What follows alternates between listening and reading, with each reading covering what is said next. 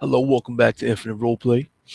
This is going to be a video reply to Jarl DM's sort of video on how to represent big bad guys and alien intellects, or at least my notion on it.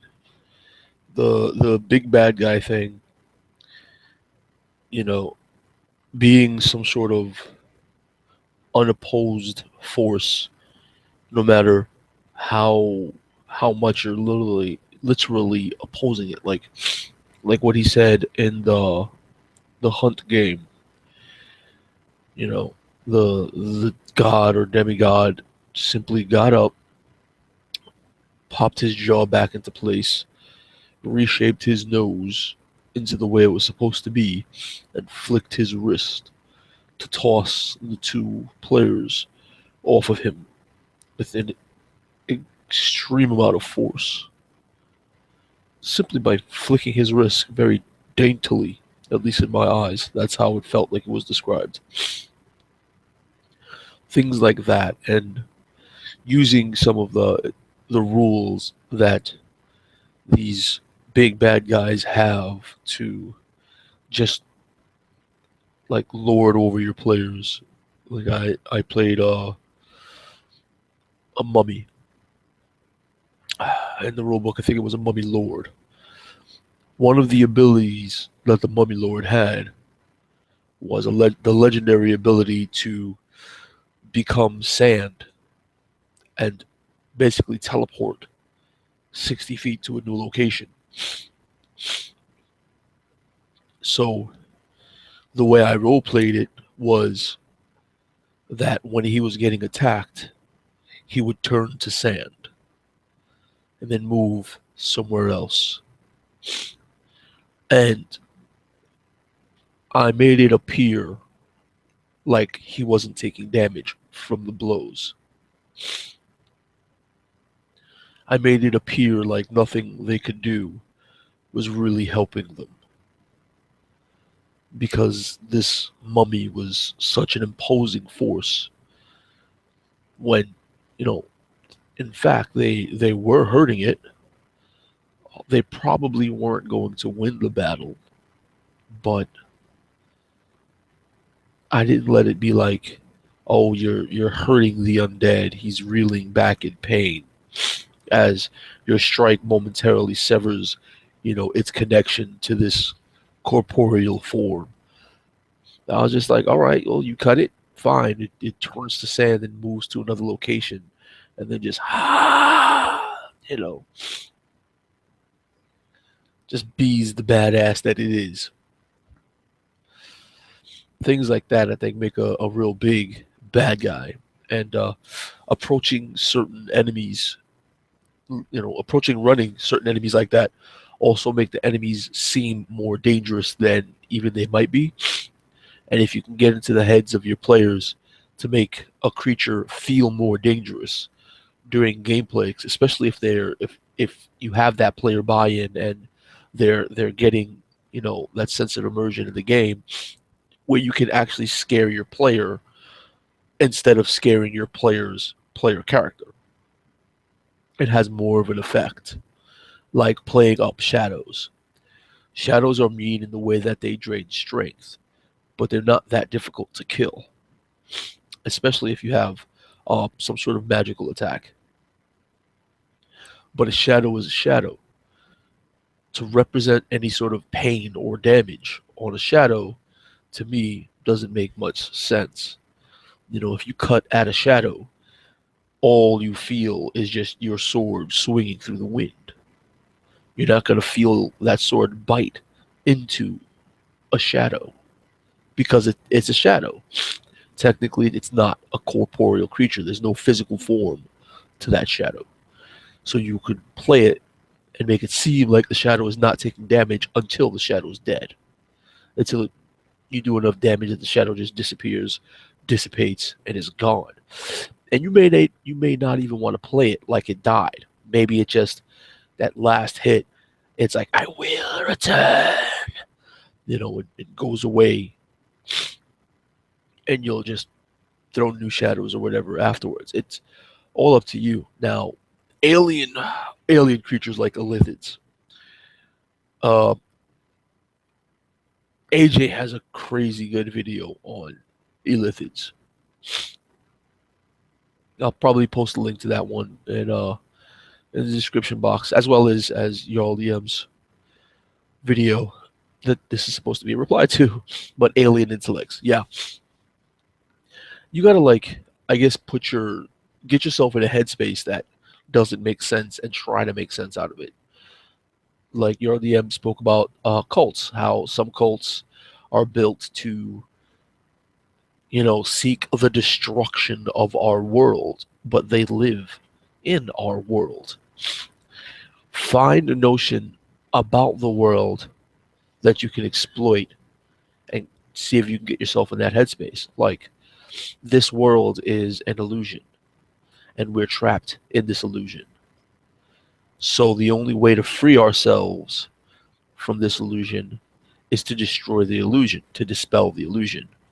The only way to dispel the illusion is to seek the destruction of this world. Maybe that cult could believe that their so-called corporeal death leads only to the recycling of their consciousness within the illusion. Not a resurrection, but a reincarnation. That their spirit energies or their higher sense of being or their consciousness can never escape this illusion. And they wish to escape, and the only way that they could ever seek peace is to dispel this illusion that we call our reality. And, approaching it in that way, you could, okay, well, this is why they believe what they believe, and this is why they probably don't want to die as enemies when you're fighting them, because they don't want to have their consciousness recycled somewhere else and then be blind to the lies of this reality. Illithids, mind flayers. I mean, they're ancient, hypercognitive, almost hive-like, beings. Especially if you want to play them like they're hive-like. Constantly, their consciousness is constantly connected to the mother brain. Nothing you want can sort of compare to what they want and what they're willing to do or how far they're willing to plan. They're what are they? What is it called? Parasites. Ugh, there you go.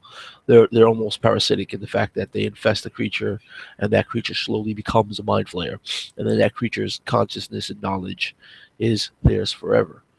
I've been in a little debate about mind flayers before, that with people that know more about the lore of a mind flayer, where they're little seekers of great knowledge and whatever. But my interpretation of a mind flayer, of that kind of alien being, an alien intellect, is that, if you know something they don't know, they'll do whatever it takes to get that knowledge. If they got to plan generations ahead of time, maybe they make a slave of you or a slave of your great ancestor and pull puppet strings from thousands of years through your family line, so that they can sort of breed the perfect person to attain their goals for them, which could be your character.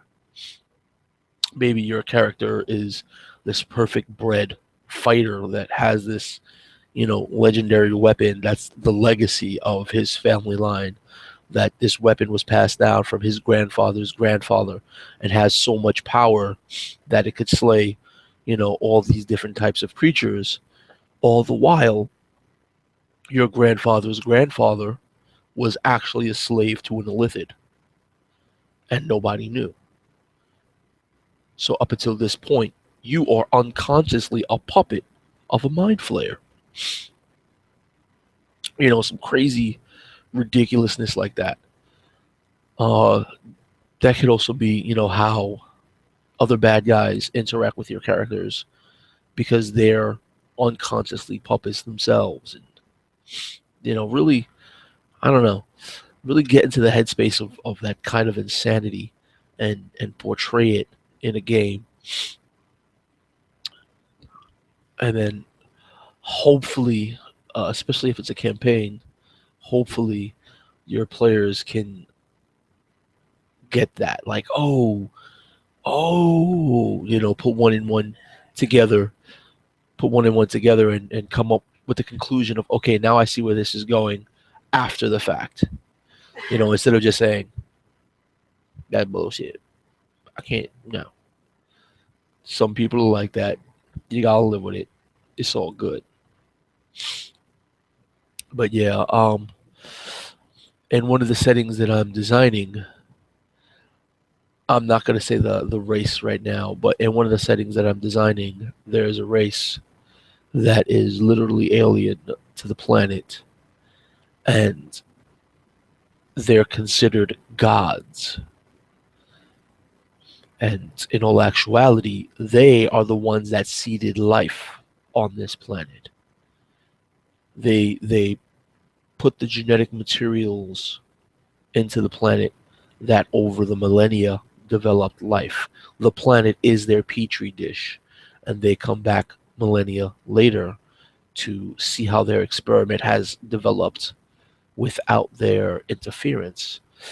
And seeing that their experiment has had favorable results, they are now a part of the world, screwing around with it, experimenting with it directly. And, they consider themselves to be higher beings than anything else within their own experiment, because to them, we are nothing. Your grandfather's grandfather, that was the greatest hero of the land, that slayed 1,000 orcs, in a single campaign, single-handedly. The king who built an empire of glory and peace that lasted 10,000 generations is nothing more than an insect to these creatures. So think about how you react to insects. When you see an insect, do you care about its motivations? Do you care about where it's going?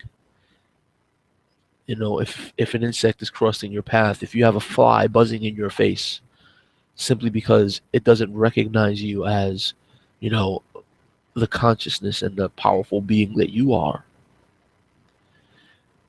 and it just annoys you that they're there, that the fly is flying, all up in your space, you're gonna swat the fly. You don't think about it. You don't care, the generations of flies that came before it, the generations of flies that could be spawned from it. I don't mean no difference to you. It's getting on your nerves. You clap your hands, you kill the fly, and it's dead on the floor. The same thing with ants. If you outside and you chilling, having a picnic, or you chilling at the beach or whatever, and you got ants climbing up on your food, you get pissed, you start killing ants. You don't care about them getting food for their hive, getting food for their community. They have an entire community of thousands of creatures that all work together for the benefit of each other. And all you're doing is, sitting on your ass, drinking a beer, trying to eat a sandwich. And you'll destroy them all. To you, it's like whatever. Try to get yourself in that headspace where that's the comparison between an alien intellect or powerful creature or a really, really big badass boss. And have that sort of disparity of thought between that big, big badass boss or that alien creature and your players, your heroes. You know, that's the way I think about it. Anyway, I've been Nelson. This is Infinite Roleplay. I hope you enjoyed, and peace out.